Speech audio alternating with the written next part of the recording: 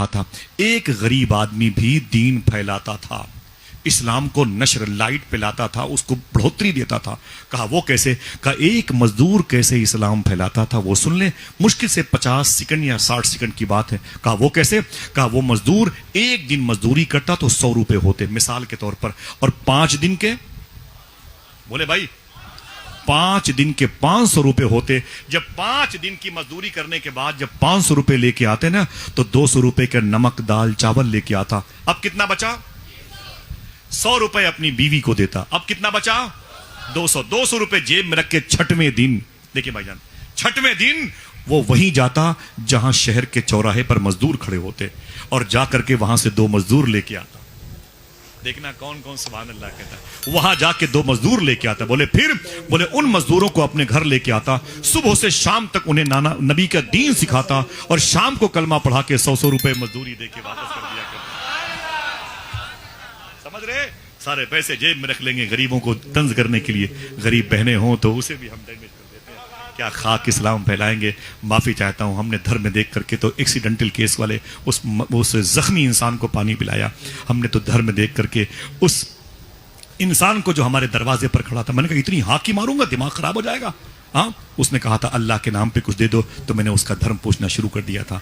उमर फारूक आजम से किसी ने कहा था, आप गुलामों को खरीदते हैं, आजाद करते हैं, अल्लाह के नाम पे आजाद करते हैं, लेकिन ये गुलाम तुम्हें धोखा देते हैं अल्लाह के नाम पर। उमर फारूक आजम ने कहा था, अगर ये मुझे अल्लाह के नाम पे धोखा देते हैं तो उमर अल्लाह के नाम पे धोखा खाने को हमेशा तैयार रहता है। जिस दरवाजे पर हमारे बच्चों ने पबजी गेम खेला, जिस दरवाजे पर हमारे बच्चे रात के 3-3 घंटे तक लूडो खेलते रहे और रात भर नाच गाने की महफिलें आरास्ता करते रहे, उसी दरवाजे पर एक फकीर ने अल्लाह का नाम लिया। उसका एहसान है कि नहीं? बोलो भाई बोलो, वादा करो। माँ बीमार हो तो हमेशा आप डॉक्टर के पास जाते हो। सूफी साहब कहते हैं कभी कभी 200 रुपए का पानी का पाउच लेकर के स्टेशन चले जाया करो, किसी गरीबों को पिला दिया करो, गुड्डे बिस्किट लेकर के फकीरों को गरीबों को बांट दिया करो। वो दुआ नहीं करते, दुआ निकलती रहती है। समझ रहे हैं आप? वक्त ज्यादा हो चुका है, इसके लिए मादरत चाहता हूं। बेशक अल्लाह के नजदीक सबसे बेहतर दीन कौन सा दीन? वो खिलाने पिलाने वाला, सच बोलने वाला और हलाल खाने वाला। हुजूर गौसे आजम ने क्या कहा? आप बड़े लंबे लंबे सजदे करते हो, बड़ी बड़ी मोटी किताबें लिखी हैं, सुने हुजूर गौसे आजम ने क्या फरमाया? मैंने नेकियों की फाइल उलट पलट के देखी है, लेकिन अल्लाह की बारगाह में पब्लिक को खाना खिलाने से बड़ी नेकी मुझे नहीं मिली। समझ गए आप? सूफी साहब कहते हैं इतना खिलाओ पिलाओ कि बदनाम हो जाओ, लोग तुमसे भागने लगे। उसके पास मत जाना, वरना वो फिर कुछ खिलाएगा। समझ रहे हैं? और यहां अल्लाह अकबर, लोग कहते हैं दरवाजे पे दस्तक हुई, कौन है? ओ बेटा अब्बू है क्या? तो बाप ने कहा था अपने बेटे से, कह देना कि अब्बू घर पर नहीं है। बाप अपने बेटे से कह रहा है, कह देना अब्बू घर पर नहीं है। अगर कबूलियत का वक्त रहा तो अब्बू घर पर रहेंगे भी नहीं। समझ रहे? बचपन से बच्चों को झूठ बोलने की तालीम देते हो। यार वो मेहमान आया है, वो आएगा तो बरकतें लेके आएगा इंशाअल्लाह। ठीक है, एक आदमी दरमियान से खड़े होकर एक नारा बुलंद करे, सब लोग अपनी मोहब्बत, कोई हंगामे की सूरत में नहीं, जरा मोहब्बत से जवाब दे। भाई माफी चाहता हूं, अल्लाह सलामत रखे।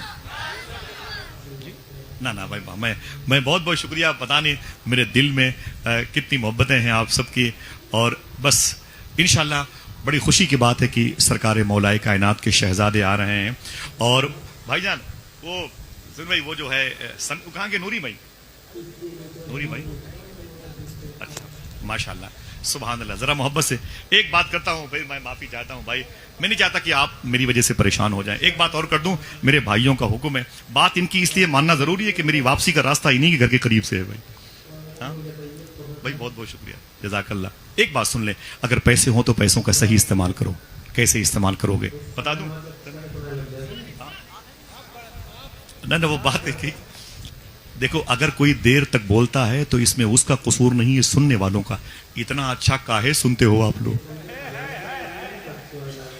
इतना अच्छा क्यों सुनते हो आप लोग? समझ रहे हैं? अल्लाह ताला आप सब पर करम फरमाए। माँ से मोहब्बत करेंगे इंशाल्लाह। माँ जैसी कोई बुरी औरत हो तो उससे भी प्यार करना, ये इस्लाम है। ठीक है। अब अगर आपके पास पैसे हों तो क्या मतलब है, 20 लाख की गाड़ी हटा के आपने 30 लाख की ले ली, सिर्फ पड़ोसी को दिखाने के लिए, भाइयों को दिखाने के लिए।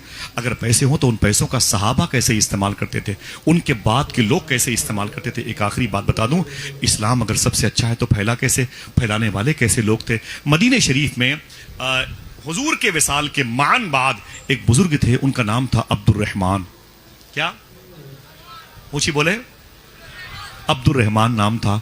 और वो अपने घर में थे मदीने शरीफ में अपनी बीवी के पास। तो अचानक बोले बीवी से, फैजान भाई हजरत, अपनी बीवी से बोले कि अय मेरी बीवी, मैं बिजनेस के लिए बसरा जाना चाहता हूं। कहां?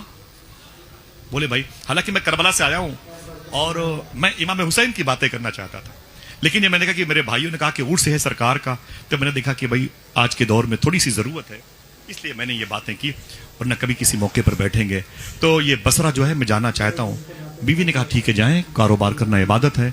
तो अब्दुल रहमान ने क्या कहा, ये 30,000 रुपए रखो। कितने?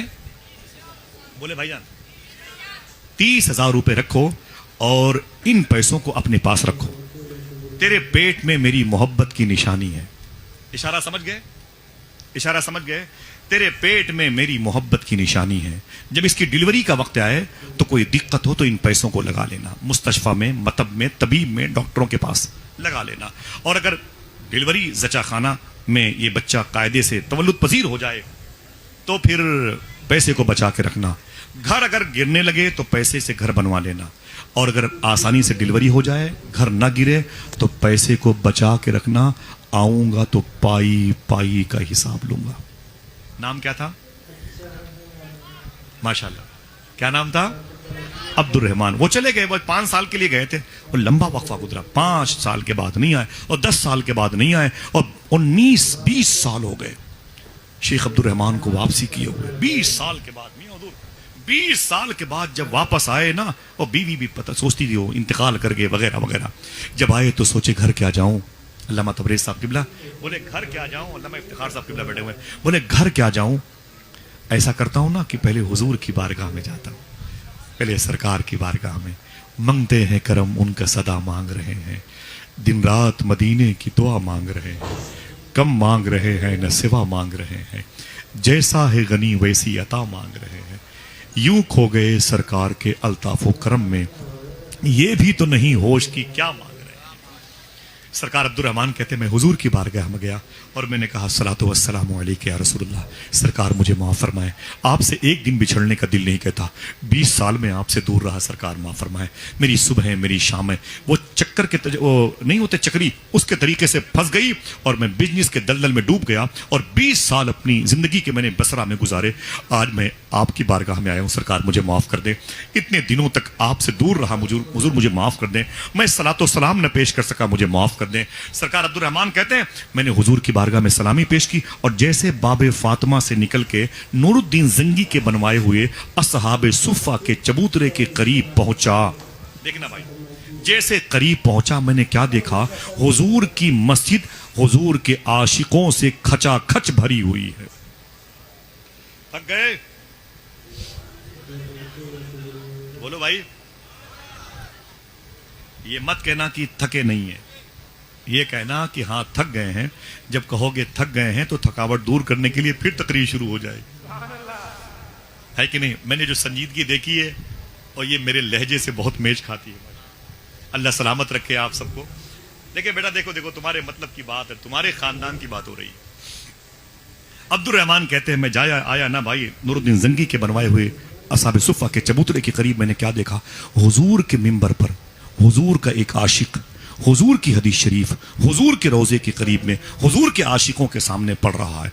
उसका अंदाज इतना जाजिब था, मैग्नेट सिस्टम था, लोग हुजूर का नाम सुनते तो चीख मार के रोते थे, या मोहम्मदा, यानी लब्बैक या रसूलुल्लाह के नारे लगाते थे। एक अजीब सी इश्को सरमस्ती की फिजा कायम थी। वो 20 साल का कड़ियल जवान, न दाढ़ी न मोश में उसके रेशे आए, न बाल दाढ़ी के आए, वो हुजूर के मिंबर पर खड़े होकर हदीस शरीफ पढ़ता, लोग हुजूर के नाम पर चीखो पुकार की फिजा कायम किए हुए थे। मैंने उसे देखा तो देखता रह गया, ऐसी मोहब्बत की सरमस्तियां थी, ऐसे लोग झूम रहे थे हुजूर के नाम पर। अचानक उसने तकरीर खत्म की। जब तकरीर खत्म की तो लोग टूट पड़े, कोई उसके हाथों को चूमता, कोई उसके पैरों को चूमता, कोई उसके इमामे की पेश दहलीज को चूमता, कोई उसके दामन को चूमता। मैंने सोचा इससे बाद में मिलूंगा, इस मुकद्दस आलिम से बाद में मिलूंगा, पहले पता करूं मेरा घर है कि नहीं, मेरी बीवी बची है कि नहीं, मेरी नस्लें हैं कि नहीं। भूली बिसरी यादों के साथ मैं अपने घर की तरफ गया। कुछ जहन पे जोर दिया, वो गली याद आ गई, अंदर गया, दरवाज़ा पहचान गया। दरवाजे पर मैंने दस्तक दी तो अंदर से एक औरत निकली, उसके सर के बाल सफ़ेद हो चुके थे। जब मैंने उससे कहा तुम कौन हो, तो उसने कहा तुम कौन हो। मैंने कहा मेरा नाम अब्दुल रहमान है। तो उसने कहा मैं अब्दुल रहमान की बीवी हूं। इतना सुनना था कि दोनों सजदे में चले गए, बहुत देर तक रोते रहे। जी भाई ये ले लें, बहुत बहुत शुक्रिया, कोई बात। जरा मोहब्बत से कह दें सुभान अल्लाह। अब्दुल रहमान कहते हैं मेरी बीवी रोने लगी, मैं भी रोने लगी। बीवी ने कहा अल्लाह का शुक्र है मेरा सुहाग सलामत है, अल्लाह का शुक्र है कि मेरा सरताज सलामत है, अल्लाह का शुक्र है कि मेरे सर का ताज सलामत है, मेरी जिंदगी सलामत है, मेरी आखिरत सलामत है, आप हैं। मैं बहुत इंतजार कर रही थी, मैं समझ गई मेरा शौहर वादी अदम में कहीं गुम हो गया, मलकुल मौत के अंडर में आ गया। मैंने बड़ा इंतजार किया, आप खैरियत से हैं। शेख अब्दुल रहमान कहते हैं मैंने कहा अल्हम्दुलिल्लाह, हुजूर की बारगाह में ज़ियारत करके आया हूँ, बहुत दिन के बाद आया हूँ, माफ़ी चाहता हूँ, मैं फंस गया कारोबार के चक्कर में। तो मेरी बीवी ने दस्तरखान बिछाए, गरम गरम रोटियां खिलाई। जैसे मैं रोटी खा रहा था, अचानक अब्दुल रहमान कहते हैं मैंने अपनी बीवी से कहा घर तो वही पुराना है। कितने थे? हाँ वो पैसे की बात है, मुझे यकीन था सबको याद होगा। बोले वो पैसे 30,000 रुपए, घर तो वही पुराना है, पैसे कहाँ हैं? बीवी ने कहा सुकून से खाना खा लें, पाई पाई का हिसाब देती हूँ, पाई पाई। अचानक खाते खाते याद आ गया, बोले अरे मेरी बीवी, बड़ा गजब हुआ। कहा क्या? मैंने हुजूर की मज़ार शरीफा पर ज़ियारत की ना, तो एक शख्स को देखा, 20 साल का कलियल जवान था ना, दाढ़ी मोछ के बाल आए थे, और हुजूर के मिंबर पे खड़े होकर हुजूर की बातें, हुजूर की मौजूदगी में, हुजूर की मज़ार शरीफा के करीब में, हुजूर के आशिकों के सामने ऐसे करता था कि लोगों का दिल उछलता था, या मोहम्मदा के नारे लगते थे। बीवी ने कहा सुकून से खाना खा लो। वो खाना खाने में मस्त मगन थे। बोले तेरे पेट में मेरी मोहब्बत की निशानी थी, वो क्या हुई? बीवी ने कहा खाना खा लो, हिसाब देती हूँ। खाना खा ही रहे थे, दरवाजे से नारे की आवाज़ आई, मिसाल के तौर पर नारे तकबीर, नारे सालत। हाँ, तो शेख अब्दुल रहमान कहते हैं मैंने खाना वहीं छोड़ दिया, दरवाजे पर आया, दरवाज़ा खोल के मैंने क्या देखा? वही 20 साल का बुजुर्ग, वही मुहद्दिस मदीना मेरे घर के दरवाजे से गुजर रहा है। जब मैंने उसे देखा तो मैंने कहा अपनी बीवी से अरे जल्दी बाहर निकल, बाहर निकल। बोले क्या बात? अरे मैंने कहा बाहर आ जा। जब बाहर आई तो मैंने कहा देख देख इस मुबारक नौजवान को देख, हुजूर के आशिक को देख, नायब रसूल को देख, यही है खतीब शहर मदीना, यही है मुहद्दिस मदीना। वो माँ कितनी अच्छी होगी जिसने इसे पाला है, वो बाप कितना अच्छा होगा जिसकी पुश्त में इसका नुतफा रहा होगा, वो जद कितने अच्छे रहे होंगे जिसको इनके पुरखे होने का शरफ हासिल है। मेरी बीवी रोने लगी। मैंने कहा रोती क्यों है? कहा कुछ नहीं। थोड़ी देर के बाद नारा लगाने वाले अचानक रुक गए और सब वापस जाने लगे। वो 20 साल का कड़ियल जवान मेरे घर के दरवाजे पर खड़ा था, मेरी बीवी के करीब आया, उसने सलाम किया, मुझसे भी सलाम किया। मैंने सोचा इसके हाथों को चूम लूं, फरमाया कि उसने हाथ खींच लिया, हाथ चूमने से इनकार कर दिया, हाथ को मेरे होठों के हवाले करने से इनकार कर दिया। वो आगे बढ़ा, मेरी बीवी के हाथ को चूमा, मेरी बीवी ने उसकी पेशानी चूमी। मेरा मत्था गर्म हो गया। मैंने कहा मेरे ना रहने पर ये क्या कोई बदकिरदार शख्स मेरे घर पे आता है माज़अल्लाह?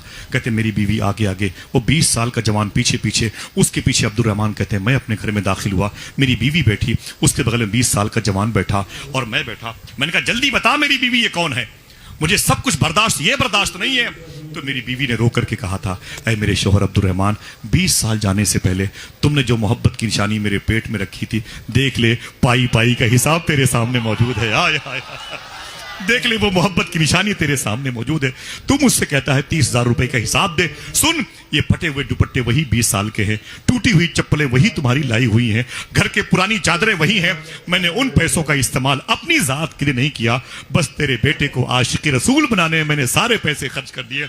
तुझे पता है मेरे शौहर, आज मेरा बेटा 20 साल का मुहद्दिस मदीना, ये शेख रबिया के नाम पर जब हुजूर के मिंबर पे खड़े होकर तकरीर करता है तो इस्तांबुल तुर्की से लोग चले आते हैं, ईरान के शिराज से चले आते हैं, इजिप्ट के पाकीज़ा शहरों से लोग चले आते हैं, और मालूम है बगदाद के ये कुरकुक, सुलेमानिया, मौसिल, बाकुबा से लोग चले आते हैं। और जब मेरे बेटे की तकरीर सुनते हैं तो ये कह के वापस जाते हैं, यार अजीब बात है, जब आज के दौर में शेख रबिया की जबान से हुजूर की बातें इतनी अच्छी लगती हैं तो सिद्दीको उमर की जबान से हुजूर की बातें कितनी अच्छी। सुन देख ले, पाई पाई का हिसाब तेरे सामने है। शेख अब्दुल रहमान कहते हैं मैं बीवी के दुपट्टे को बिछा के सजदा करने लगा। मैंने कहा मेरे मौला, लोगों को मरने के बाद जन्नत मिलती है, तूने मुझे ऐसी बीवी दे के दुनिया में जन्नत दे रखी है। हाय हाय हाय, मुझे क्या पता था कि मेरे पैसों का इस्तेमाल करने वाली ऐसी जात होगी जो इस्लाम की मुबारक रूह को घर घर पहुंचाने का शगफ रखती है, और उसके अंदर सोजे दुरू में यह ताकत मौजूद है कि लोगों के भटके हुए दिलों के आहू को एक मुबारक जंगल में लेके आए ताकि इस्लाम को फरोग मिले। कुरान कहता है इन्नद दीन इंदल्लाहिल इस्लाम, बेशक अल्लाह के नजदीक सबसे बेहतर दीन दीन इस्लाम है। मगर हमने पैसों को तो अपनी औलाद बना लिया, पैसों को अपना मजहब बना लिया, पैसों को अपनी जन्नत बना लिया। उन पैसों से जब दीन का काम नहीं होगा, उन पैसों में दीमक लग जाएंगे, कुछ नहीं होगा, कुछ नहीं होगा। क्या कहा था मूसा कलीमुल्लाह के सामने दो लोगों ने कि हुजूर ये 50 बाई 50 का प्लाट मेरा है। वो बोला चुप, ये मेरा है। दोनों लड़े। मूसा कलीमुल्लाह ने कहा चाहते क्या हो? कहा फैसला कर दो, ये प्लाट मेरा है, और ये कहता है मेरा है, वो कहता है मेरा है। तीसरा आदमी आया, उसने कहा हुजूर मैं बताऊं आपको फैसला करने का तरीका। कहा क्या? कहा इन दोनों को कमरे में बंद कर दो, अलग अलग तफ्तीश करो, पता चल जाएगा ये प्लाट किसका है। मूसा कलीमुल्लाह ने कहा चुप, मैं इन दोनों से अलग अलग कमरों में क्यों पूछूं कि ये जमीन किसकी है? देखना कौन कौन सुभान अल्लाह कहता है मैं जमीन से न पूछ लूं तू किसकी है। हाय हाय हाय, मैं जमीन से न पूछ लूं तू किसकी है। मूसा कलीमुल्लाह कहते हैं चल बता जमीन कहां है। बोले हुजूर ये प्लाट है 50 बाई 50 का, मेरे दादा ने खरीदा। उसने कहा ना, झूठ बोलता है, मेरे दादा ने खरीदा। तो मूसा कलीमुल्लाह हंस गए। उन दोनों से चुप खड़े रहो। जब वो खड़े थे तो आपने जमीन को ठोकर मारी। मूसा कलीमुल्लाह ने जमीन को ठोकर मारी और एक जुमला कहा, ऐ जमीन, ये कहता है तू मेरी है, और ये कहता है तू मेरी है, सच सच बता तू किसकी है। अगर नेटवर्क काम नहीं करता, बहरे हैं तब भी सुभान अल्लाह कहेंगे। ऐ जमीन ये बता तू किसकी है। तो जमीन से आवाज आई, ऐ मूसा कलीमुल्लाह, ये कहता है मेरी है और ये कहता है मेरी है, दोनों झूठ बोल रहे हैं, ये दोनों खुद मेरे हैं। समझ गए? बहुत बहुत शुक्रिया। क्या जहानत पाई आपने, बहुत बहुत मुबारक हो। अलारास आप मेरे सर के ताज हैं, ये दोनों खुद मेरे हैं। क्या कहा था अब्दुल जलील बुरहानपुरी ने, तालिबे सुबह तरब मेरे हैं, जिसको मेरी है तलब मेरे हैं। सब ये कहते हैं हमारी है जमी, और जमी कहती है सब मेरे हैं। जिन पैसों से यतीमों का भला ना हो वो पैसे नहीं पत्थर हैं। जिस मुबारक ठंडी मशरूब चीजों से किसी गरीब की प्यास न बुझे वो पानी नहीं जहर है। जिस खाने से किसी गरीब का पेट ना फिरे उसे खाना नहीं, उसे पत्थर के टुकड़े कहते हैं। आओ मिलजुल करके हिंदुस्तान के गरीबों को, इस्लाम की बुनियादी असास जो है ईंट है, उसे कहते हैं यतीम नवाजी, गरीब नवाजी, उसे कहते हैं हुजूर गरीब नवाज ने जो काम किया ना, आइए उस मिशन की राह के मुसाफिर बने, ताकि हम ना भी रहें तो लोग हमारी कब्रों को देख के कहें ये वो है जिसने हमें ये फलसफे से करीब किया था। बेशक अल्लाह के नजदीक सबसे बेहतर दीन। कभी जिंदगी में कोई बात शरा के खिलाफ मेरी जबान से निकली, मैं तौबा करता हूं, अस्तगफिरुल्लाह रब्बी मिन कुल्लि ज़ंबि व अतूबु इलैह। कितने लोग बगदाद शरीफ जाएंगे? जल्दी बोलो इंशाअल्लाह। इंशाअल्लाह सरकार गौस पाक करम फरमाएंगे और फिर वहीं चलेंगे। अब सारी बातें वही होंगी। कैस सहरा में अकेला है मुझे जाने दो, खूब गुजरेगी जो मिल बैठेंगे दीवाने दो। मेरी जिंदगी है गौस पाक, मेरी जान है गौस पाक, अगर तकलीफ हो तो हुआ करे, मेरा ईमान है गौस पाक। समझ रहे हैं आप? फरमाते आला हजरत हुजूर गौस पाक पूछने तू क्या चाहता है, तो मैं यही कह दूंगा कि आपसे आपकी मोहब्बत की भीख मांगता हूं। अल्लाह अकबर। चलेंगे ना इंशाअल्लाह? फिर से लगाएं नारा लब्बैक या गौस आजम। लगाएं लगाएं, सब लोग अपने हाथों को उठा के लगाएं, लब्बैक या गौस आजम। बड़े पीर सरकार की बार, मेरे एक हिंदू दोस्त हैं विजय भाई, झारखंड के, गौस पाक की बारगाह में गए। मैंने कहा विजय भाई आप मेरे बाप जैसे हैं, ये बताएं कि हुजूर गौस पाक की बारगाह में आप आए तो आपको कैसा लगा? आप नॉन मुस्लिम है, गैर मुस्लिम है, और आप गौस पाक की बारगाह में आए। तो हंस के बोले यार आसिफ भाई, मैंने गौस पाक की जाली पकड़ी और मैंने गौस पाक से कहा या शेख अब्दुल कादिर मैं हिंदू हूँ, मुझे नहीं पता मैं क्यों पैदा हुआ हूँ, लेकिन जब से मैंने आपकी जाली, आपकी मदार शरीफा देखी है ना, तब से मैं यही सोच रहा हूं कि लग रहा है आप ही को देखने के लिए पैदा हुआ हूं। अल्लाह अल्लाह अल्लाह, जरा प्यार से कह दो सुभान अल्लाह। मेरा इमाम कहता है कि हिंदू भी तेरा कायल है या गौस, ये शेख अब्दुल कादिर जिलानी की शान है। सच बोलते रहे, हलाल खिलाते रहे, खाते रहें और खिलाते रहें। गौस पाक की सुन्नत है, अपने दस्तरखान को कुशादा कर दो, इंशाअल्लाह नस्लें कभी भूखी नहीं रहेंगी। इजाज़त दीजिए फिर किसी वालों के नारे। और जब बगदाद शरीफ जाएंगे तो क्या कहेंगे? लब्बैक या गौसे आज़म। क्या कहेंगे? सुन लें भाई, हजरत तशरीफ लाएंगे सैयद साहब किबला तो, और फिर नूरी भाई हों तो फिर क्या बात है। मुझे देर तक माइक पे ठहरना, मेरी बातें पता नहीं आपकी समझ में आती हों कि ना आती हों, पता नहीं कैसी मुलाकात। बस थोड़ी देर की बात है, उसके बाद हम अपनी राह, आप अपनी राह। मुझसे मोहब्बत करने वाले रोते ही रह जाएंगे, हम जो किसी दिन सोए तो फिर सोते ही रह जाएंगे।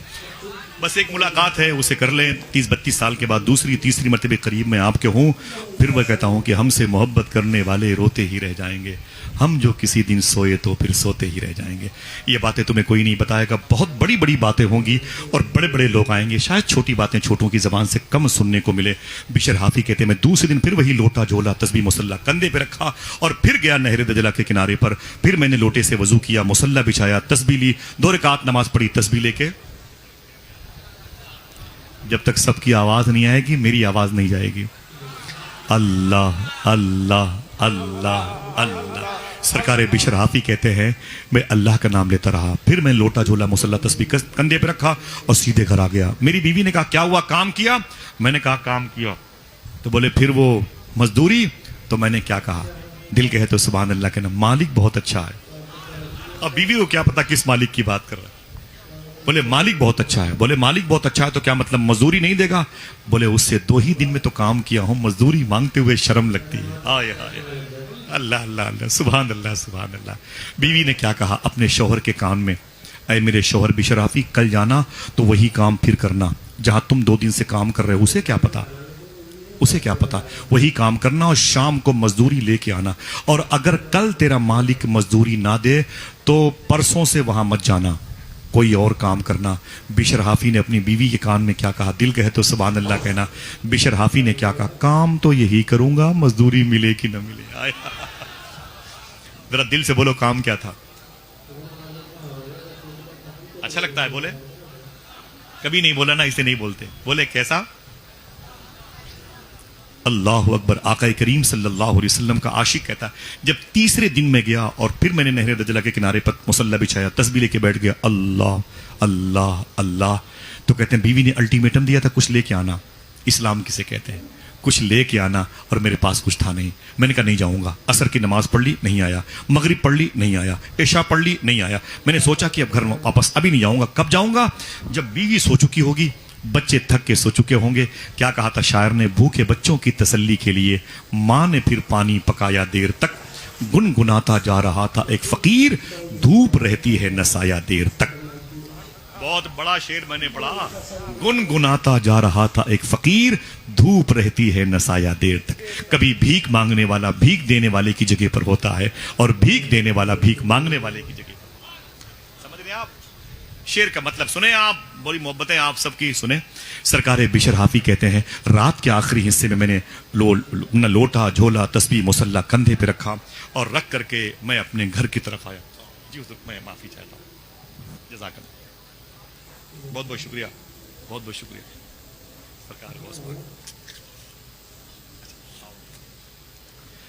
सरकार बिशर हाफी कहते हैं कि मैं रात के आखिरी हिस्से में चुपके घर आया था कि मेरी बीवी सो गई होगी, मेरे बच्चे सो गए होंगे और मेरे घर में भूख की वजह से चूल्हा बुझा हुआ होगा। सरकार बिशर हाफी, जी जज़ाकल्लाह, बहुत बहुत शुक्रिया। माफी चाहता हूँ, सैयद साहब किबला तशरीफ लाएं, वो आप उनकी खिदमत करें, मैं सबकी तरफ से कबूल करता हूँ। अपने बड़ों की आंखों को मैं चूमता हूँ कि पता नहीं इनकी आंखों ने हुजूर मुफ्ती आजम को, मुहद्दिस आजम को देखा हो, मुजाहिद मिल्लत को देखा हो, बदर मिल्लत को देखा हो। हमने नहीं देखा, देखने वालों को देख ली। समझ रहे? बस इतनी सी लालच है, बैठे मोहब्बत से। अल्लाह इन बड़ों का साया दराज फरमा दे। सरकार बिशर हाफी कहते हैं रात के आखिरी हिस्से में मैं अपने घर के करीब आया। मैंने सोचा मेरी बीवी सो गई होगी, मेरे बच्चे भूखे सो गए होंगे, मेरे खाने के इंतजार में मेरे बच्चे भूखे होंगे। लेकिन जैसे ही मैं घर के करीब पहुंचा, बिशर हाफी कहते हैं मेरे घर से खाने की खुशबू की आवाज आ रही, खाने की खुशबू आ रही थी। जैसे करीब पहुंचा तो बच्चे सोए नहीं थे, गुलकारियां, बच्चों के खेलने की आवाजें आ रही थी। अगर दिल कहे तो बोलना। कहते हैं और करीब पहुंचा तो मैंने क्या देखा? मेरे घर में चिराग जल रहा था। चराग अमीरों के यहां जला करता है, लेकिन पहले उनके यहां भी नहीं जलता था रातों को। सरकार बिशर हाफी कहते हैं, मैं और करीब गया तो मैंने क्या देखा, मेरी बीवी नए लिबास में मलबूस और घर के दरवाजे पर खड़ी होकर के मुस्कुरा रही है। मैंने अपनी बीवी को देखा तो मैंने कहा, अरे मेरी बीवी क्या बात है, मैं तो कुछ लाया नहीं हूं, बात क्या है? घर का मिजाज बदला है, बच्चे खेल रहे हैं, खाने की खुशबू आ रही है, चिराग जल रहा है, तेरे बदन पे नया लिबास है।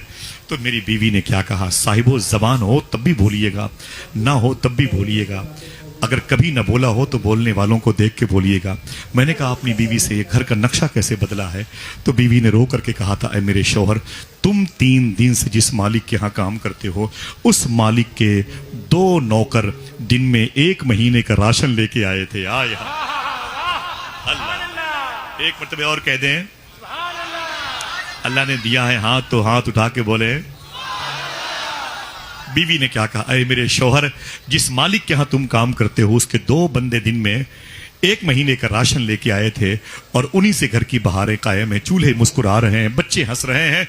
इतना सुनना था, सरकार बिशर हाफी सजदे में चले गए, इतना रोए कि आंखों से आंसू निकले, दाढ़ी भीग गई, दाढ़ी के बाद वो जमीन भीग गई और तड़पते रहे, अरे मेरे मौला, तू तो जानता है मैं 3 दिन से कहां था, मैंने कोई काम नहीं किए, 3 दिन से मैंने नहर दजला के किनारे पर मैंने अपनी गंदी जबान से तेरा पाक नाम लिया है, तूने फरिश्तों को भेज करके मेरे घर के चूल्हे जला दिए, तूने सिफत सत्तारी और रज़ाकी को जाहिर कर दिया।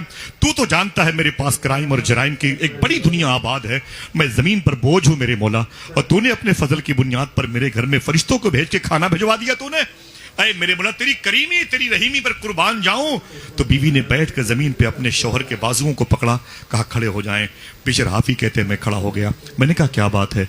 तो बीवी ने कहा, तुम जहां 3 दिन से काम करते हो, जिस मालिक के 2 बंदे दिन में 1 महीने का राशन लेके आए थे, वो जाने से पहले एक मैसेज भी दे के गए थे, जाने से पहले एक मैसेज भी दे के गए थे। तो मैंने कहा वो मैसेज क्या था? देखना उलमा और आप भी कितनी मोहब्बतों से नवाजेंगे। वो मैसेज क्या था? तो बीवी ने कहा था, वो जो तुम 3 दिन से जिनके यहां काम करते हो, उस मालिक के 2 बंदे आके राशन दे के ये कह के गए थे, अय औरत, मालिक ने कहा है कि जाकर के बिशर हाफी की बीवी से कह देना, वो अपने शौहर बिशर हाफी से कह देगी कि मालिक ने कहा है तुम काम में कमी ना आने देना, मैं मजदूरी में कमी ना आने दूंगा। अल्लाह अल्लाह अल्लाह, जरा बोले बोले।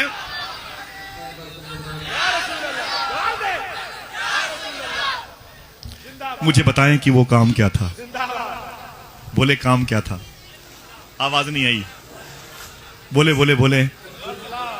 अल्लाह, ये नाम सूफी सुल्तान में फरमाते, खुदा की कसम, एक कस्बे में 200 घर हों, इंसानों के 199 घर हिंदू मजहब के हों, एक मुसलमान का घर हो, जब वो अपने घर में, मैं जो बात बता रहा हूं ना, कुरान शरीफ अपने हाथ में लेके बता सकता हूं, फरमाया जब वो मुसलमान अपने घर में कुरान पढ़ता है तो 199 घरों में अगर कोई हिंदू मजहब के बच्चे बीमार होते ना, अल्लाह कुरान की बरकतों से उसे भी शिफा अता फरमा देता। हाँ, जिसके भेजे हुए कलाम की तासीर ये है, उसके नाम में कितना असर होगा। हाँ, काम क्या था? कभी लेके देखो यार ये नाम, कभी तन्हाई में अपने रब को याद किया करो, आपको पता चल जाएगा ये नाम वाकई हमें इस्लाम के दामन में आने के बाद मिला। इतना मुबारक नाम हम भूल चुके हैं। हमारे पास गालियां देने के लिए यूट्यूब पे लोग सर्च करते हैं, गालियां याद करते हैं। माफी चाहता हूं, बूढ़ा बाप जमीन पे तड़पता है, हमें इस्लाम की एक्टिविटीज का पता नहीं, बाप की ताजीम कैसे की जाए।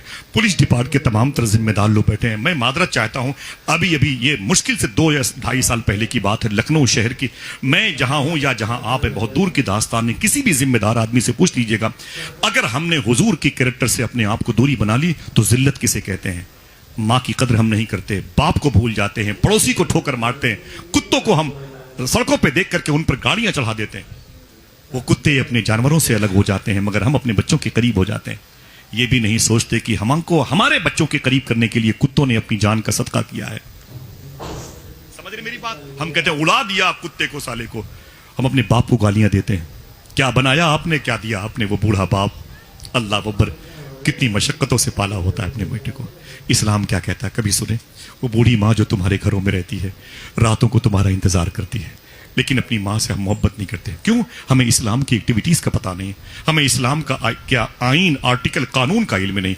यही एक बड़ी पुलिस डिपार्ट के बड़े अधिकारी थे लखनऊ में, वो गैर मुस्लिम थे। बात गैर मुस्लिम की नहीं है, बात कल्चर की हो रही है और बात माँ बाप की ताजीम और तकरीम की हो रही है। सुने आप, मालूम है क्या हुआ? उनके 2 बेटे थे, दोनों लंदन में पढ़ते थे। बहुत माजी करीब का वाकया है। सुने, घर ले जाएं और वादा करो कि अपने बाप से नर्म लहजे में बात किया करो इंशाल्लाह। कभी अपने बाप को नाराज मत करना वरना बहुत रोए वो। शायर ने कहा था, ऐ ज़िया माँ बाप के साए की नाकदरी न कर, धूप काटेगी बहुत जब ये शजर गिर जाएगा। मैं रात के 1 बजे हूं या 2 बजे हूं या 3 बजे हूं, कहीं से भी जाता हूं, पहले अपनी माँ और अपने बाप की कब्र पे जरूर जाता हूं, समझे। अपनी टोपी को उनके कदमों पे रखता हूं। मैं जिंदा हूं तो अपने माँ बाप की वजह से, मेरे माँ बाप की दुआएं हैं मेरे साथ, समझे।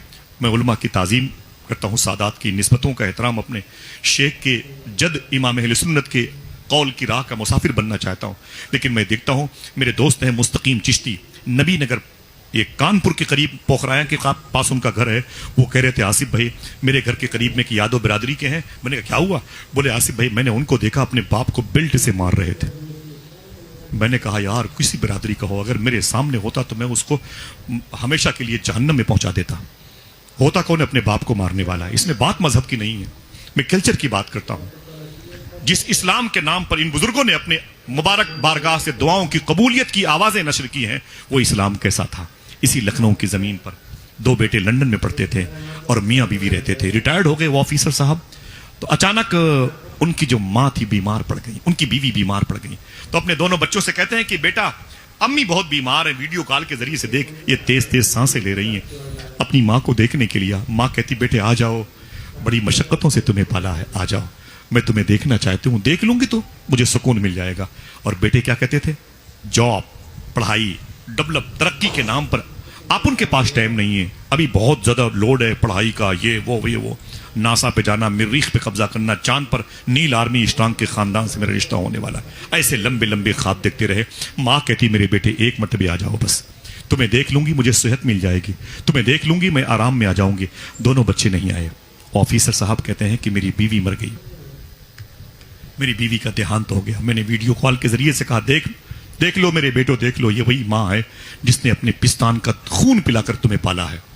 तुमने आखिर उससे मिलने में देरी की, तुम्हारी माँ मर गई। बताओ क्या करूं मैं, इसके लाश को क्या करूं? दरिया में डाल दूं कि नजर आतिश कर दूं कि इंतजार करूं? तो बच्चों ने क्या कहा, आप जो चाहें बेहतर तरीके से करें, मैं यहां से कोई सूरत निकालता हूं पहुंचने की उनकी मिट्टी में, लेकिन आप इन्हें दफन कर दें या जला दें, जो भी चाहें आप अपने धर्म के मुताबिक करें। सुने, बगैर दोनों बच्चों के बाप ने अपनी बीवी के उस मैयत को दरिया में डाल दिया। डालने के बाद 1 हफ्ते के बाद वो बाप अकेला घर में था। दरवाजे पे दस्तक हुई। जब दरवाजे पे दस्तक हुई ना, तो बाप ने दरवाजा खोला तो सामने छोटा वाला बेटा खड़ा था, अटैची हाथ में थी, एयरपोर्ट की गाड़ी से उतरा था, रेपर लगे हुए थे। बाप ने बेटे को देखा तो पहचान गया, सीने से लिपट के जन्म के बिछड़े गले मिले, बहुत रोए। तो बाप ने कहा बेटे तू अकेले आया है, तेरा बड़ा वाला भाई, मेरा बेटा बड़ा वाला क्या एयरपोर्ट पे दूसरी फ्लाइट से आ रहा है, इमिग्रेशन काउंटर पे क्यों नहीं आया? तो बोले अब्बू अंदर चलें तो बताता हूं। तो बाप ने चारपाई पर बेड पर बिठा के अपने बेटे से कहा तू अकेले क्यों आया? मैं तो दोनों भाइयों का इंतजार करता था, दोनों बेटों का। तो खुदा की कसम चीख निकल आती है इस दौर की इस तालीम ने जिसने माँ बाप से दूर कर दिया। इस तालीम ने क्या क्या गुल खिलाए हैं मालूम है? बेटे ने क्या कहा, अब्बू बड़ा वाला भाई नहीं आया। बोले क्यों? बोले उसने मुझसे कहा था मां मर गई है तुम चले जाओ, बाप मर जाएगा तो हम चले जाएंगे। जनाजा आज तक मुझे याद है, मैंने अपने बाप का उठाया था, समझे भाई? अल्लाह ऊपर आज तक मेरे कंधे झुके रहते हैं, समझ रहे हैं? मेरी मां आपकी मां जैसी, आपकी मां घर पे है तो मैं उसी को अपनी मां कहता हूं। यकीन मानो कभी जोर से उसके सामने मैंने पूरी लाइफ में बात कर ली है तो आज तक तड़पता हूं, उसकी कब्रों से लिपट लिपट के रोता हूं। मेरी मां तू मुझे माफ कर दे। लेकिन हमने इस्लाम को समझा नहीं। लोग अपनी मां को गालियां देते, अपने बाप को गालियां देते, बाप को लोग बेल्ट से मार रहे हैं। काश इस्लाम के उसूल को पढ़ा होता। अल्लाह के रसूल ने क्या कहा था, काश मेरी मां जिंदा होती। ये हुजूर के जुमले हैं, काश मेरी मां जिंदा होती और मैं इशा की नमाज पढ़ा रहा होता और मेरी मां ये रियाजुल जन्ना में 6वीं सफ के पास में बाबे आयशा है। मेरे आका फरमाते मेरी मां इस दरवाजे पर खड़ी होती और कहती है मेरे बेटे मोहम्मद इधर आओ, तो हुजूर फरमाते मैं नीयत तोड़ करके अपनी मां से लिपट जाता। इमामुल अंबिया कह रहे हैं काश मेरी मां जिंदा होती। एक हम हैं कि मां को जूतों की नोक पर रखते हैं, खुद को मेसी और रोनाल्डो कहते हैं और मां को फुटबॉल बना के पेश करते हैं। साहिबो जो सारी जुल्फें बची है ना, ये मां की वजह से बची। मां नहीं तो कुछ भी नहीं, एहसास होगा आपको। सरकार महबूब इलाही फरमाते हैं जब तक मेरी मां जिंदा थी मेरा कोई काम रुका नहीं, मां के इंतकाल के बाद भी मेरा कोई काम रुका नहीं। किसी ने पूछा मां के इंतकाल के बाद कैसे काम होता था, तो महबूब इलाही ने कहा था मैं अपनी मां की कब्र के करीब जाता था, ऊपर बैठ के दुआ करता था, मेरी मां कब्र के नीचे आमीन कहती थी, मेरा काम हो जाया करता था। साहिबो इस्लाम में मां की अहमियत कितनी है, बाप की अहमियत कितनी है, लेकिन हमको पता नहीं है, हमने मुआशरे को बताया नहीं। हमने जिस दुकान पर बैठ करके बात की, बंगाल इलेक्शन की बात की, जंतर मंतर की बात की, और लंदन और जापान की बात की, इसराइल और ईरान की बात की, तेहरान और मशहद की बात की, कभी अपने माँ बाप की बात नहीं की। कभी अपने गिरेबान में झांक के देखा नहीं कि मेरे सीने में जो दिल है, जो धड़क रहा है, ये मेरी माँ और बाप की दुआ की वजह से। कभी कोई चैप्टर ऑन नहीं करता माँ बाप की। क्या कहा था बेटे ने, अब्बू बाप, बड़े वाले भाई ने कहा था माँ मर गई है तुम चले जाओ, बाप मर जाएगा तो हम चले जाएंगे। इतना सुना, इतना बड़ा ऑफिसर पढ़ा लिखा, बर्दाश्त न कर सका, चीख पड़ा। उसने कहा क्या बोला बड़ा वाला भाई? बोले उसने ऐसा ही कहा। रूम के अंदर चला गया, अंदर से कुंडी बंद कर ली, वो पिस्टल थी उसने अपने कनपटी पे लगाई और सुसाइड कर लिया। लाश जब निकालने के लिए पुलिस डिपार्टमेंट के जिम्मेदार लोग आए, मोहल्ले के लोग आए, तो एक डायरी पे उसने लिख करके खुदकुशी की थी। उस पर एक जुमला लिखा था, अरे मेरे बेटे तुमने क्या कहा, तुमने क्या कहा कि मैं माँ के मरने पर आया हूँ, तुम्हारे मरने पर बड़ा वाला भाई आएगा, बड़ा वाला बेटा आएगा। तो अरे मेरे बेटे मैं दुनिया से जा रहा हूँ, बड़े वाले भाई से कह देना मैं माँ और बाप दोनों को दफना के आ गया हूँ, अब तुझे हिंदुस्तान वापस जाने की जरूरत नहीं है। समझ रहे हैं? अब उसको जहमत देने की जरूरत नहीं है। मुझे बताएं ऐसी तरक्की, आप चाहे पुलिस डिपार्टमेंट के हों, आईएएस हों, आईपीएस हों, आईजी हों, डीआईजी हों, और चाहे सबसे बड़ी पोस्ट पर हों, एडवोकेट हों कि वकील हो, एडवोकेट हों कि जज हों कि चीफ जस्टिस हों, आप चाहे हाफिज कुरान हों कि चाहे मुफ्ती वक्त हों, मुहद्दिस वक्त हों, आप चाहे बीओमोस हों कि एफएमबीएस हों कि न्यूरो सर्जन हों कि वो सर के सबसे बड़े डॉक्टर हों, मुझे बताएं आप मैक्स में हो कि शकुंतला में हो कि वेदांती में, पीजीआई में, कहीं भी हो आप, मुझे बताएं अगर माँ का प्यार आपको नहीं मिला तो ये सारी डिग्रियां कागज के पन्ने जैसी हैं। अगर आपसे माँ राजी है तो खुदा की कसम दिल कहता है रब राजी हो जाएगा इंशाअल्लाह। इस्लाम का बुनियादी उसूल है अपनी माओ से मोहब्बत करो, वादा करो इंशाअल्लाह।